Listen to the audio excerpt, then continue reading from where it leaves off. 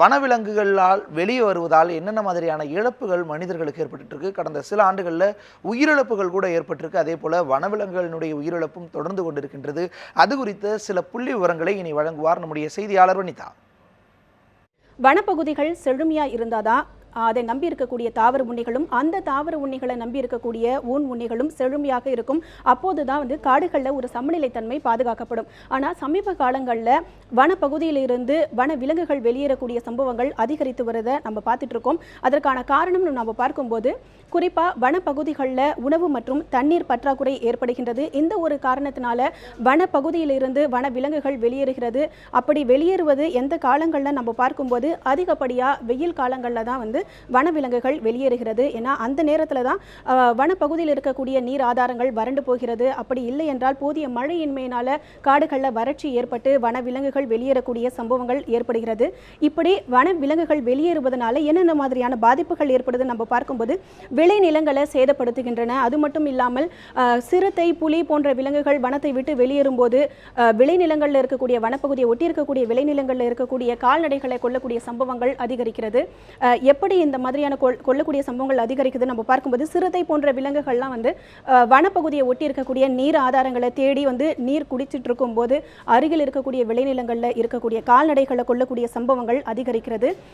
இது சிறுத்தைக்குமே ஆபத்தாக அமைகிறது. அது மட்டும் இல்லாமல் யானை போன்ற தாவர உண்ணிகளும் காடுகளை விட்டு வெளியேறுகின்றன. அப்படி அவை வெளியேறும் போது ஒரு மிகப்பெரிய சவால் இருக்கிறது. என்னென்ன நம்ம பார்த்தோம்னா கோவை போன்ற மாவட்டங்களில் வனப்பகுதியை ஒட்டி ரயில் தண்டவாளங்கள் இருக்கிறது. அவற்றை கடந்து தான் யானைகள் செல்ல வேண்டிய சூழ்நிலை இருக்கிறது. அப்படி கடந்து செல்லும் போது ரயிலில் அடிபட்டு யானைகள் உயிரிழக்கக்கூடிய ஒரு சம்பவங்களையும் நாம் பார்க்க முடிகிறது.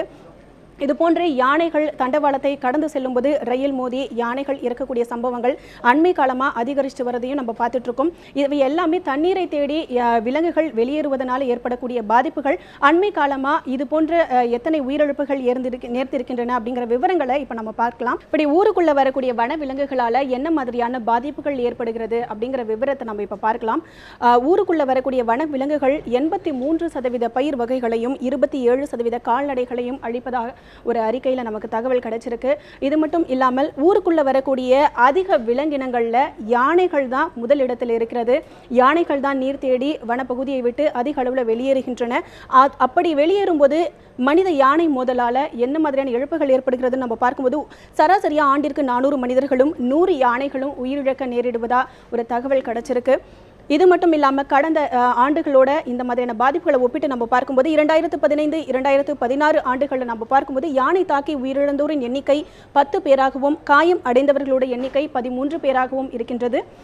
கடந்த 2016 முதல் தற்போது மார்ச் மாதம் வரைக்கும் நம்ம பார்த்தோம்னா யானை தாக்கி உயிரிழந்தோரின் எண்ணிக்கை 9 பேராகவும் காயம் அடைந்தவர்களோட எண்ணிக்கை 3 பேராகவும் இருக்கின்றது.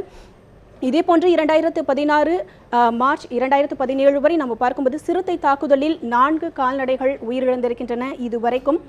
இது மட்டும் இல்லாமல் 2016 22 யானைகள் உயிரிழந்த சூழலில் 2017 மார்ச் இந்த 20ஆம் தேதி வரை நம்ம பார்க்கும்போது 4 யானைகள் மனித விலங்கு மோதல்களினால உயிரிழந்திருக்கக்கூடிய ஒரு சூழல் ஏற்பட்டிருக்கிறது.